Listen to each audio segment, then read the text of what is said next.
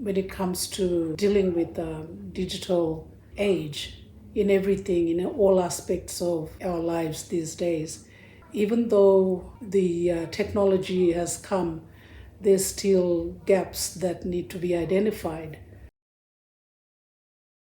My name is Enosa, and my role at TSIMA is senior broadcaster. It's also looking after RIBs in some of the communities that are operating at the moment.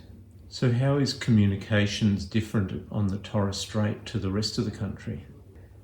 Patchy. It's on here, it's off over there, it's vague. For places like the remote communities, that's where it's most needed. And why can't we have the same, speed of internet service when rather than you wait for that never-ending wheel to go around and round while you wait there and twiddle your thumbs until it comes back on, or you lose the connection, or the power goes off. Ladies first. Okay. Hello, my name is Lala Gutchen. I'm from Erub. I'm from the Merom tribe. Hi, my name is Nixon. I'm from Erub also. I'm also from the Merom tribe. Me and Lala had the opportunity to be a part of this Mapping the Digital Gap research team from the Ahmed University. And we've been collecting data to understand how they use mobile phones and other media such as laptops and stuff to do with the connectivity around here. I believe it's a good thing to have locals helping on the team, just to our other local families and people here to understand, because some of us, we don't understand written English or spoken English as well as others. So me and Lala, we understand enough to be able to break it down for our own people. Yeah, me and Nixon are very, we talk to everyone, so all ages were comfortable enough to do the survey with us, and everyone was targeting, we want to better our connectivity up here because we live in a sea country area. Most of our people, out on the dinghies, on the reef, and, working out there, and we want that, for be better, so for safety purposes. So that was one of it, we stand out.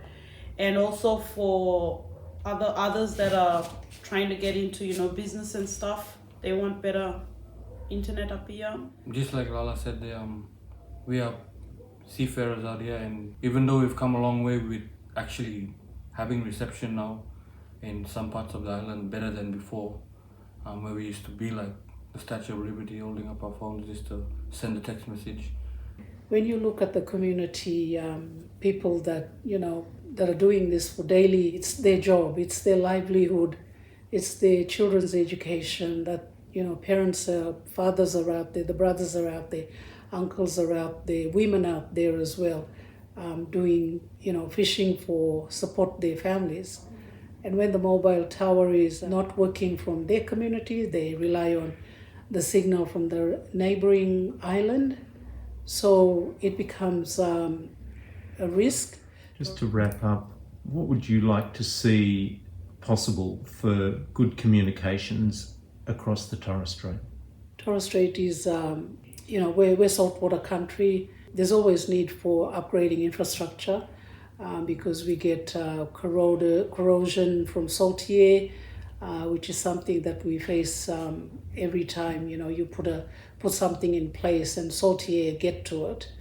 But I think the other thing would be in the community a hub to service this sort of technical things, so that we're not sourcing services from outside. We should have that capacity here. When you look across the different sectors of the community, you get your older generation that needs to learn, that needs to be empowered, that needs to be educated. And then you've got the younger ones that we want to see, employment being created to give people opportunities to have the same quality of life what people in the rest of the cities, in the rest of the country enjoy and take for granted. At the end of the day, we are all Australians.